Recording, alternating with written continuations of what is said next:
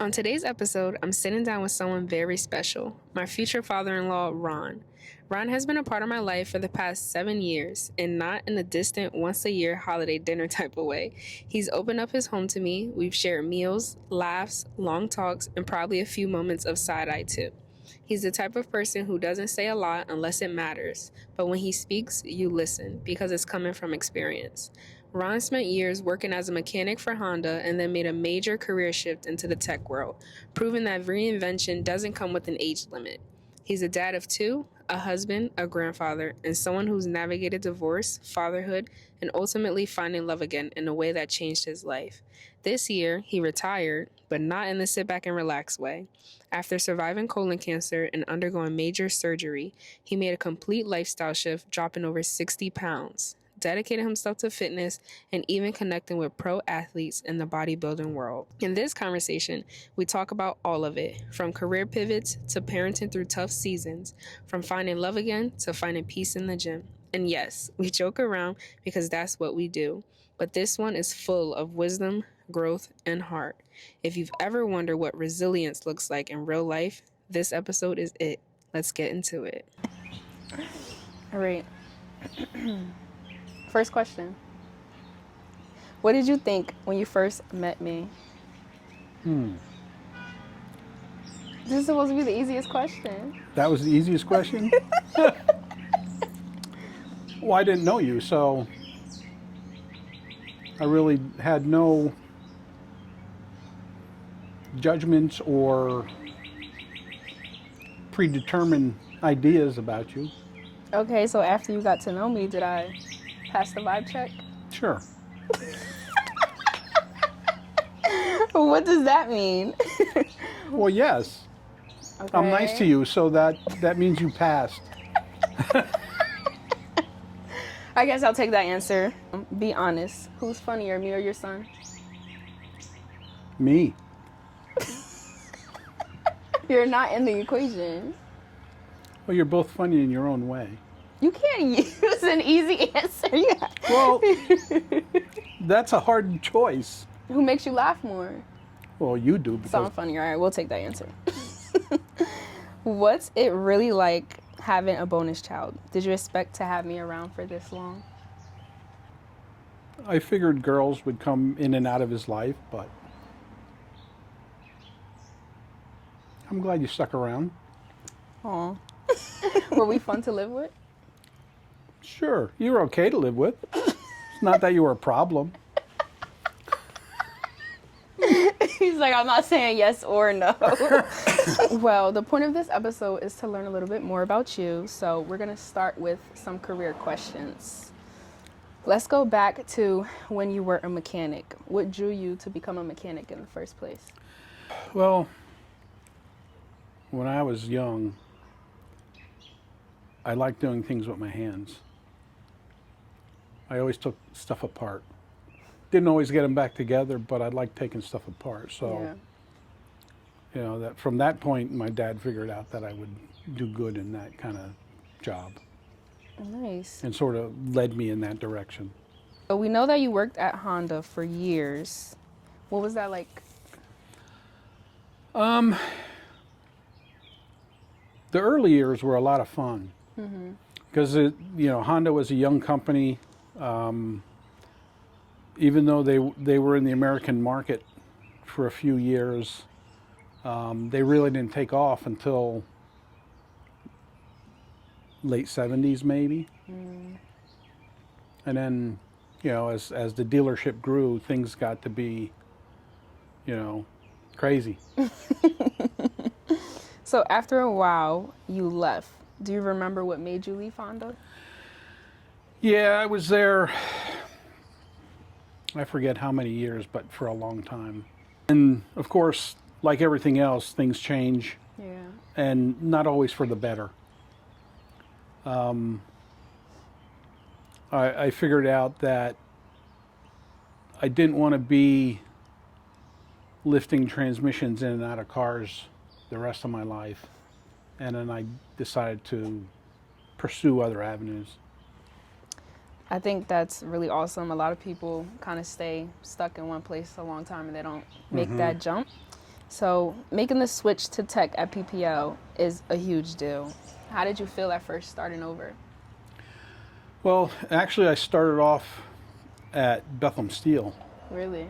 Yeah, I worked what they called the mainframe help desk for mainframe computers at Bethlehem Steel. And yeah, I made the job switch. And my first 2 weeks there, I'm thinking, what did I get myself into? I was seriously considering going back to working on cars Really? after my first 2 weeks because it was eye-opening.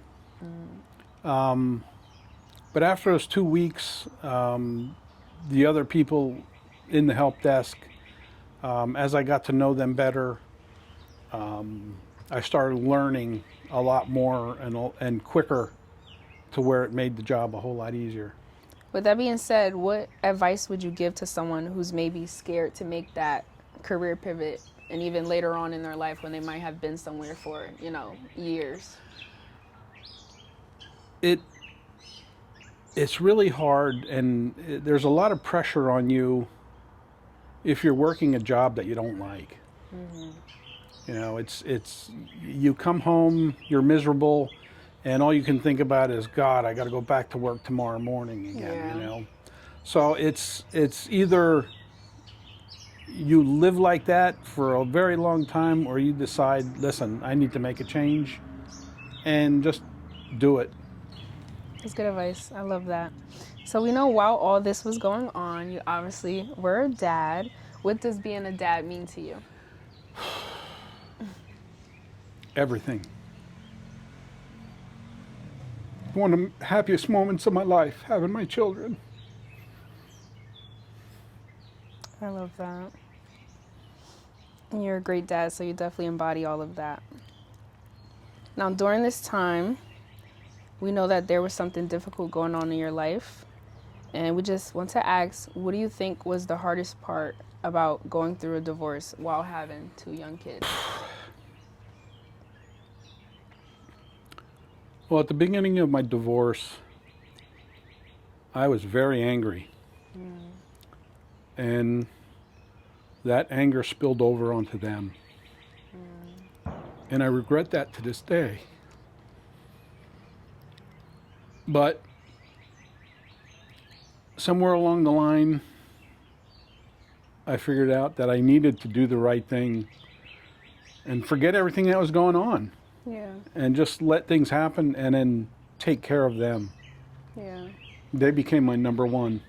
That's huge, and that kind of goes into my next question. Like, how did you manage your own emotions while still trying to, be the dad you needed to be for your kids?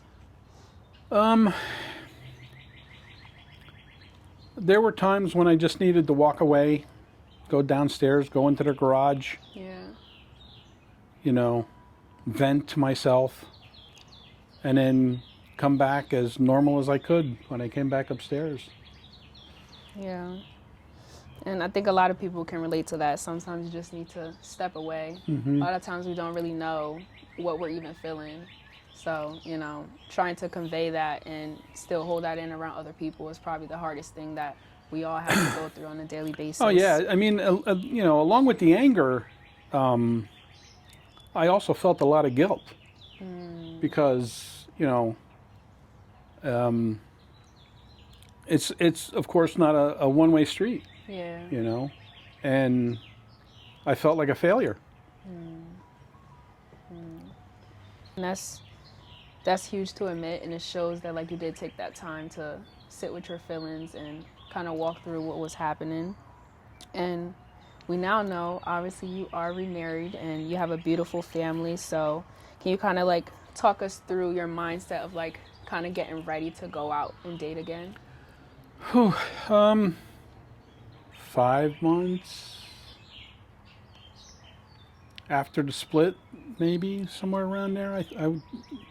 I don't remember exactly when, but Yeah. I decided that I just really didn't want to be alone anymore. And then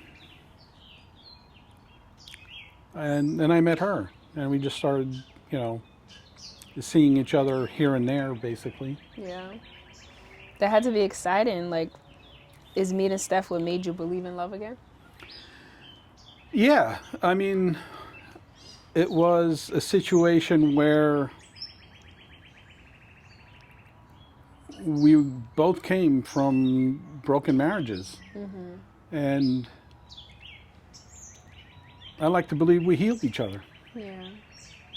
I love that. So, fast forward, you proposed to her. You guys took a family trip to Hawaii, and you got married there. Set the scene for us. Like, was that magical? I feel like Hawaii is everyone's dream trip. It was. It was an amazing week. Actually, we were there 2 weeks, I think. Wow. Did a lot of things, including the wedding. We were married on, I think it was called Magic Island. Wow. On right outside Honolulu. And it was a great place, and we became one big family at that point. That's awesome. Before the next question, I have to ask, did my invite get lost in the mail? Yeah, it must have. No, we know that both Steph and you came into the relationship prior with children already. So, like, how did you two kind of work through blending your family, and what do you think was the most rewarding part now? Well, for me, it was watching Steph build a relationship with my kids, because they were still pretty young at the time. Yeah. Steph's kids were a lot older, and pretty much out on their own at that point. But you know, and I on my side, I had to build a relationship with them, which Right. I did, and you know, I'd like to say we're one big happy family, but it's a family. Yeah. Every family has their moments. Do you remember, like, what kind of kept you grounded when it came to going through that process? Because I feel like obviously it's already hard having 2 kids of your own and navigating relationships with them growing up, but now you have to throw in a mix, you know, more children and trying to... Well, like I said, at that point, Ava was born already. So Steph was basically a grandmother already, and Yeah. you know, like I said, her kids were older, so we just needed to really get to know each other, you know, on a adult to adult basis, and Okay. not a adult to children. Yeah, that's interesting. I feel like that definitely probably made it easier. How do you think it was for Steph getting to know your kids since they were younger? She had her trepidations. You know, she wasn't sure that the kids would embrace her so much. But I think that, you know, it was work on both for her and the kids to get to know each other and, Yeah. you know, accept each other. Do you think your past made you a better partner today? It has. And you go through something like that, you learn a whole lot. Yeah.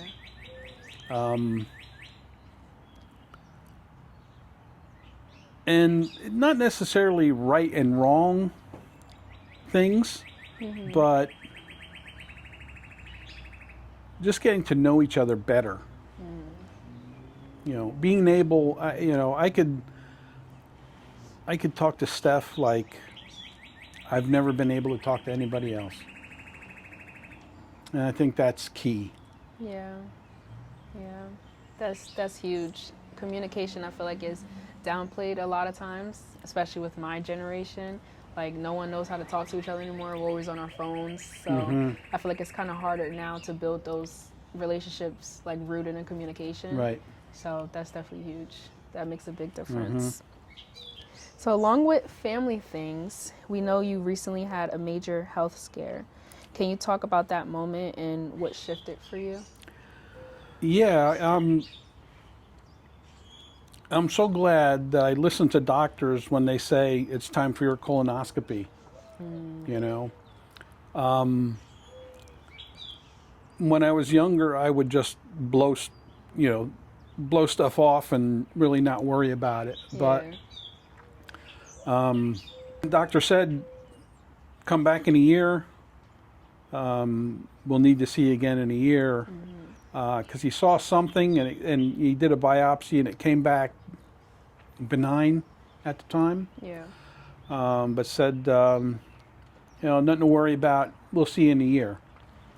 And then it was a year and a half later, where I had another colonoscopy, and where they found the cancer in my colon. And it was quite scary at the time. Yeah. How did that diagnosis change your perspective on life overall? It gives you a whole new perspective. Yeah. Because, even though it was basically caught very early enough, but I still had, a major operation to get rid of it. Right. You start to rethink, everything about your life. You start over. Oh boy, So yeah, it was eye-opening and kind of scary all at once. Yeah. So after that, you've been on an amazing health journey. You've lost over 60 pounds, and now you attend Muscle Inc. Gym regularly. What do you think pushed you to start? I had a heart-to-heart with my colon surgeon, who is like the nicest guy on the planet. And I was able to speak to him like I could never speak to any other doctor. And what hospital was this? St. Luke's. And we had more than a few heart-to-heart chats, and it was his urging that, with one of these heart-to-heart chats we had about me having to get myself healthy if I wanted to keep, if I wanted to live past 70 or whatever, At that point, it sort of became a mission, I became obsessed with it, really, to the point where, I'm at the gym. Well, for a while I was there 6 days a week. Wow. 5 days a week, and now I have it down to 4 days a week. But consistent. Staying consistent, yes. Yeah. But I'm always active. We do, we go bike riding on the weekends. So during the week I hit the gym, and on the weekends we do the cardio stuff, basically, That's awesome. What kind of keeps you, I don't want to say motivated, but disciplined? So I feel like a lot of people struggle with staying disciplined. I feel like starting isn't necessarily the hardest part. It's continuing. Yeah, there are days, many days, where I just don't feel like going. I just want to sit on my ass and watch TV or play on my computer or do something else, But I saw this quote, and it sort of stuck with me, where it says, if you're tired, just do it tired. And it sort of became my philosophy, where, I enjoy it. Like, I got to drag myself to the gym, and then on some days. But once I'm there, it's a happy place for me. Yeah. I mean, for the most part, I'm pretty motivated to go all the time. There are just certain days it's like, I just don't feel like doing it today, Even when I get to the gym for the first 10 minutes, like, man, I don't feel like being here, But after the first couple sets, I'm in, I get engaged, and I have a good hour and a half workout most of the time. Wow. I feel like a lot of the times what helps with staying consistent with the gym is the relationships that you build in the gym. So you have some really cool relationships with some IFBB pros, and you're even hosting Fit Fest this summer. So what's that all about? Well, I actually joined this gym. My other gym membership was running out last March, and So you've only been a part of this gym for a little over a year? yeah, the gym's only been open. Oh. I was actually one of the first members to join. Wow. Because they opened membership up before the gym actually opened. And I signed up the day after they opened membership, which was like early March of last year. And then they had their grand opening like on the March 23rd was their grand opening. But the very first person I met was a guy named Guy Cisternino, who was a 7-time pro winner. He won a bunch of pro shows. He's co-owner of the gym. Oh, wow. You know, and I got to be good friends with him. Yeah. You know, at the grand opening, he had, of course, a bunch of his friends, which included, you know, 4-time Mr. Olympia Jay Cutler, you know, and a whole bunch of other Mr. Olympia winners. That's crazy. How did it feel like being around them and you're like It was journey? amazing. I was a pure fanboy. Really? But I mean, it was funny because, you know, Jay Cutler is like the nicest guy on the planet. Yeah. We were having a conversation when I went up to have a picture taken with him, and he started talking to me. And we're standing there having a conversation. All these people are waiting in line to come and meet him. And we're having this conversation. And I'm just standing there thinking, wow, this is a 4-time Mr. Olympia. Yeah. He's asking me how my day's going. You know? So, and I've met, the gym is full of IFBB pros now, you know, because it's a premier bodybuilding gym in the Valley. And really the only other one is Powerhouse Gym. So would you say that's like, was it intimidating for you or motivating? at first it was intimidating. But as I got to know people at the gym, they're just, everyone is so motivated in the place. Yeah. You can't not be motivated when you walk into that gym because everybody's motivated. Yeah. You know, they're there for a purpose. That's huge. You know. Surrounding yourself by people definitely makes an effect on your life and what Oh yeah, you do. yeah, So, and that's huge. you know, if I have questions on how to do something, you know, how to do this lift or, you know, a spot or something, they're always willing to help out and jump in and answer any questions. They're not just a bunch of meatheads. Yeah. You know, they're not. They don't fit the stereotype. Nope. So talk me through hosting Fit Fest. What's that about? Well, Fit Fest is actually Steph and her personal trainer, Ty Whitlow, came up with the idea. Wow. Because, you know, he's a personal trainer and Steph is on the Parks and Rec Committee for our borough.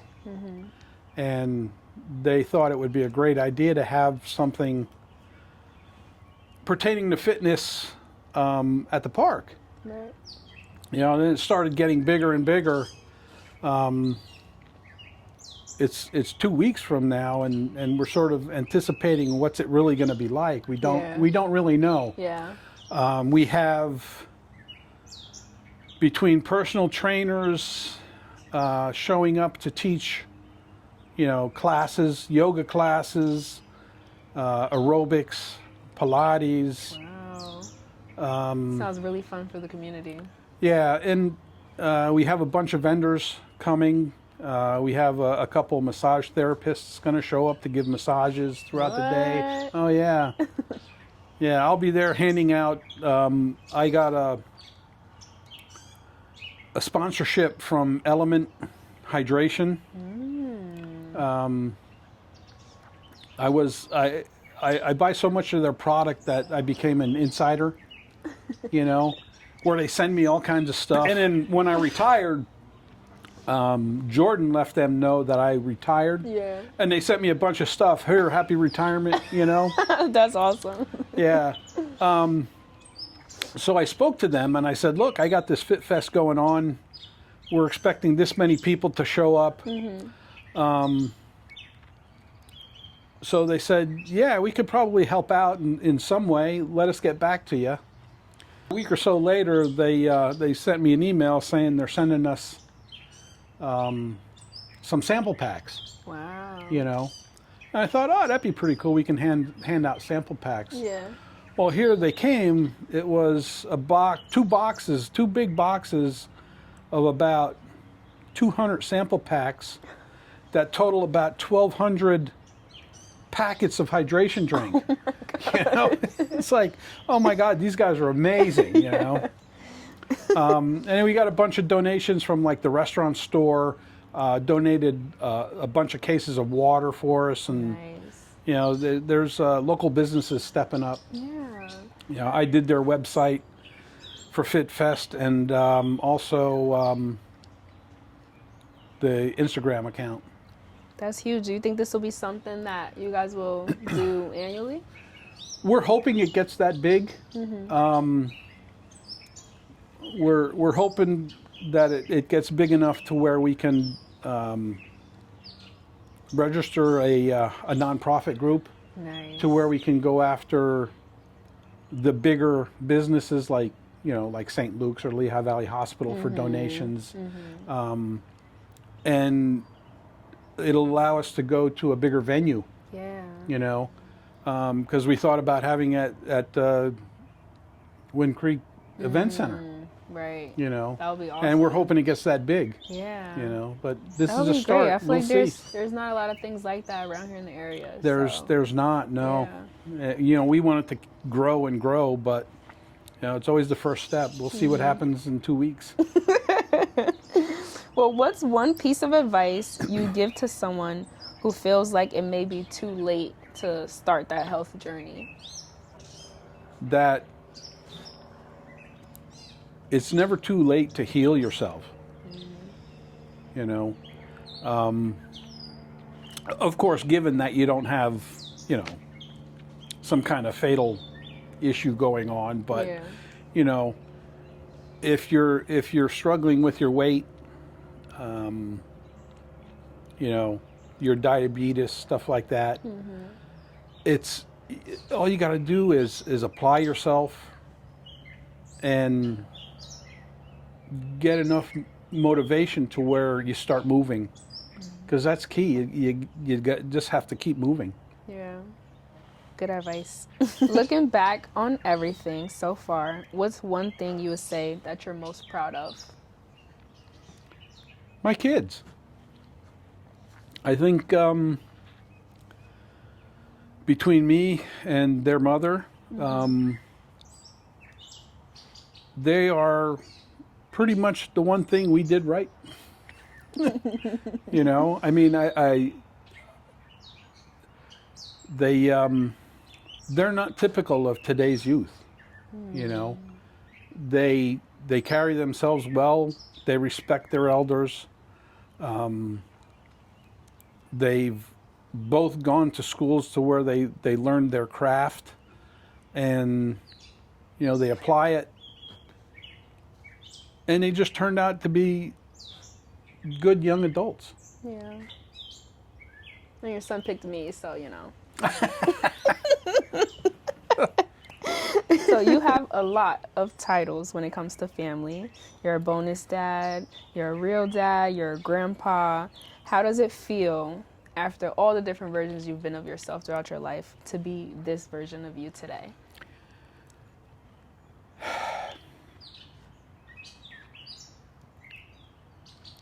I'm getting better with age.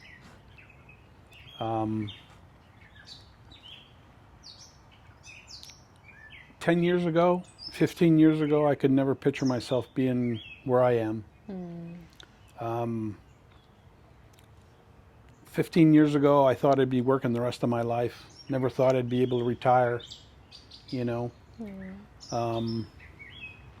And so far, retirement's been okay, you know. Living everybody's dream right now. I get bored every now and then, but I Yeah. find stuff to do. That's good. Gotta keep yourself busy. Yep. So, final question. I'm finally done drilling you. What do you want your legacy to be? What I want my legacy to be. I know it's a loaded question. That I didn't always do it right, but I tried. And no matter how it turned out, I kept trying Yeah. and never gave up. That's very important. I love that. It's a good one. So, you survived. Thank you so much for sharing and for being open. And to tie it all together, we're going to end with a little game. Oh boy. It's called Rapid Fire with Ron. So, I'm going to ask you questions and you can't think about it. You can't take more than 5 seconds to answer. Okay. So, are you ready? Mm-hmm. And you have to be honest. Are they one-word answers? We'll see. Who's louder, me or your daughter?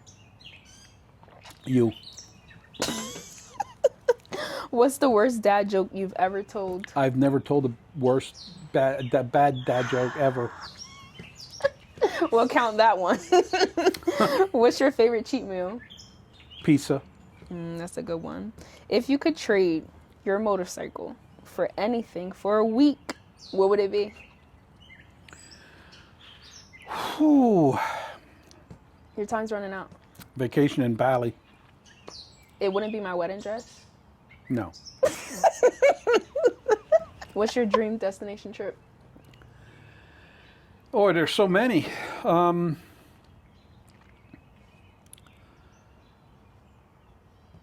Australia. Really? Yeah. Why? I don't know. I'm sort of drawn to down under. You know, I would like to see the whole country. You know. Isn't Australia, don't they have like scary animals and big bugs? Yeah, there's everything can kill you, I guess. Like, you just live life on the wild side, huh? Well, let me know when that trip is because I will not be going to that. But again, thank you so much for coming on to my podcast. You're and welcome. answering my questions. It was great getting to hear those questions deeper and obviously getting to know you more. And I think it's huge. And this episode will definitely do a lot more impact than you think it will. So thank you. Thank you. It was Oh fun. my gosh.